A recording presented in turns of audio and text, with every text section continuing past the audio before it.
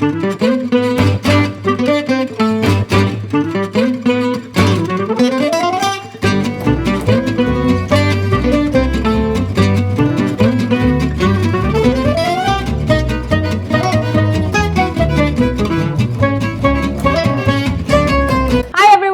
back to Cravings Food Adventures. I'm Ahmed. Whether it's Thanksgiving or Christmas, I always like to make a really special turkey. I've tried different recipes from spice to tandoori, and last year I made a Middle Eastern turkey. But this year I wanted to do something classic. I'm going to take my turkey and I'm going to brine it in buttermilk, and then I'm going to finish it off with a slathering of Dijon mustard. This is going to be incredible. Before we go on with the recipe, make sure that you're subscribed to my channel. I upload new videos every week, so do make sure that you're subscribed so you're the first to see it. Also, make sure to ring the bell. That's YouTube's new bell icon that will notify you every time I upload a new video. Now, let's get started. Let's start with a gorgeous turkey. Now, this baby is about 16 pounds and fresh, which means I can totally skip the thawing process. Be sure to reach right into the cavity and pull out all of those little delights that the turkey manufacturer has left behind for you, like the neck and the turkey offal. These bits and pieces are going to make a great stock tomorrow. Next, I'm going to prepare the buttermilk brine. Add 4 generous tablespoons of Dijon mustard and 2 teaspoons of smoked paprika. I have 3 1-liter packages of buttermilk here. I'm going to add a little bit in and mix the Dijon mustard and paprika together.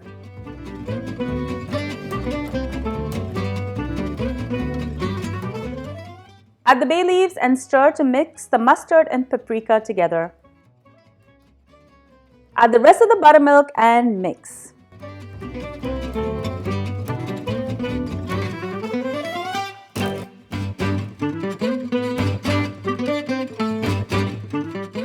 I'm going to add about 4 teaspoons of salt, and then I'm going to add the rest of the 3 liters. Typically my brine is about 4 liters, so I'm going to fill the buttermilk container with about 1 liter of water, and I'm going to add that in. I've lined a bucket with a kitchen garbage bag, and I'm going to put my turkey into this bag. I'm going to throw in the neck, etc. And slowly I'm going to ladle the buttermilk in. Now you could just pour this in, but I'm trying to avoid not splashing the camera.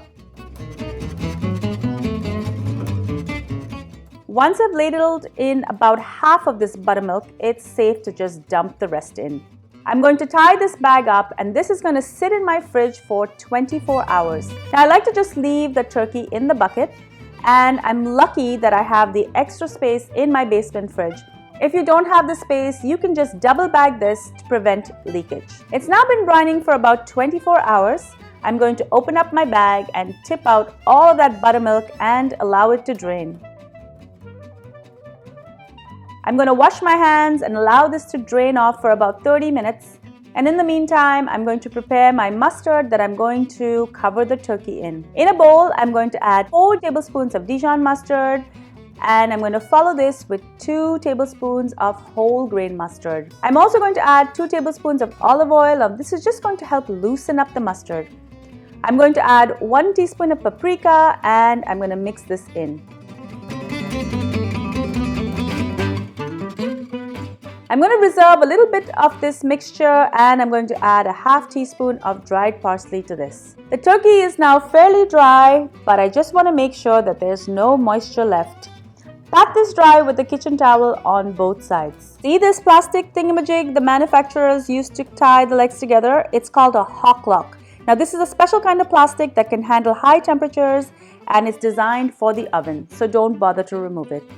I'm going to gently lift the skin. Now this is not a butter ball, so the skin has not been lifted by the manufacturer to add extra butter. So I'm going to have to do this very slowly so I don't rip the skin.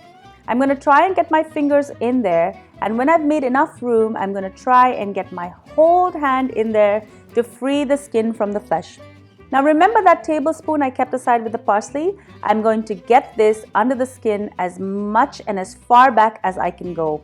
The reason I didn't add parsley to the rest of the mustard is because I don't want the parsley to burn in the oven. You will have little specks of black all over your bird and it looks awful. I'm now going to paint my bird with the mustard and paprika mixture on both sides.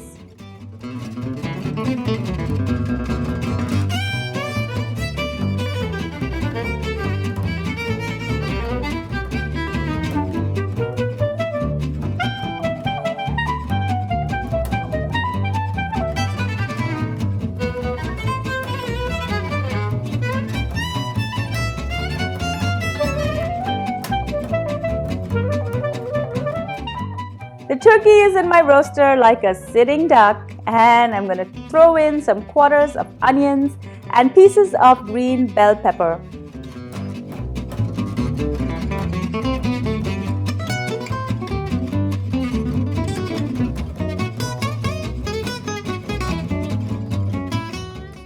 I'm also going to add about 2 cups of assorted mushrooms, white and brown baby bellas, shimeji and enoki mushrooms.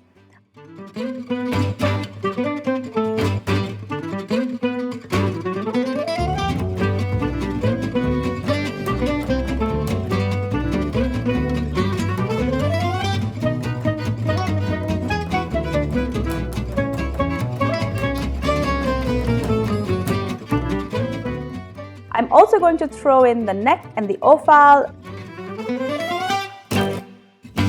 And I'm going to add some garlic and lime to flavor the cavity. It's a personal preference, but I prefer not to stuff my turkey, but serve stuffing on the side. Cooking an unstuffed turkey also reduces the cooking time. Now, according to the Canadian Farmers website, a bird this size needs 3 3/4 to 4.5 hours to cook unstuffed and 4 to 1/4 to 4 3/4 hours stuffed. Before it goes into the oven, I'm going to grab a quick Instagram pic, cover it, and into the oven it goes. I prefer to cook this covered for about 1.5 hours in a 350-degree oven and then open it and allow it to roast. If your turkey is too close to the element, you may get extra browning on the top. Just cover that spot with tin foil. Check on the turkey at intervals and baste as you go. Once it's done, allow it to rest. If you try to carve this right away, all of the juices will run out.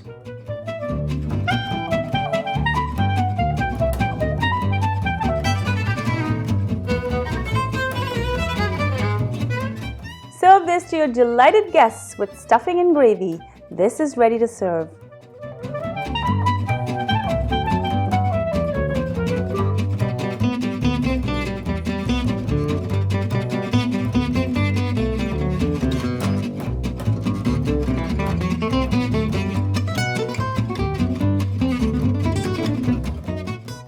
And while this might look picture perfect to slice the turkey at the table on a serving platter while everyone is oohing and eyeing, it's often not that practical.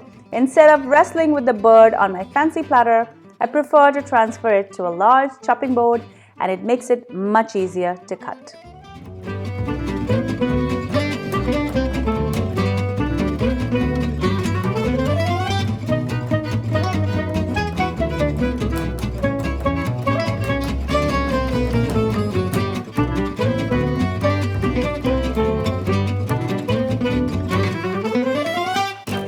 With every turkey comes great leftovers. Tune in soon to see my turkey leftover waffle iron hacks video as well. Thank you so much for joining me on Cravings Food Adventures. I really hope you enjoyed my buttermilk brined mustard turkey. It truly is delicious. Make sure that you subscribe to my channel. Do share my channel and my videos with your family and friends. I really hope to hit 20,000 subscribers by the end of the year, and I really hope that you can help me get there. Also, make sure to ring the bell. That's YouTube's new bell icon. That will notify you every time I upload a new video. And a special shout out goes to Daniel from Garden Basket in Markham. As you know, bloggers and YouTubers actually shoot their videos way before the actual celebration. And as you can imagine, it was really hard to find a fresh turkey. But Daniel from Garden Basket came through for me and put this delicious turkey on the table. So thank you guys.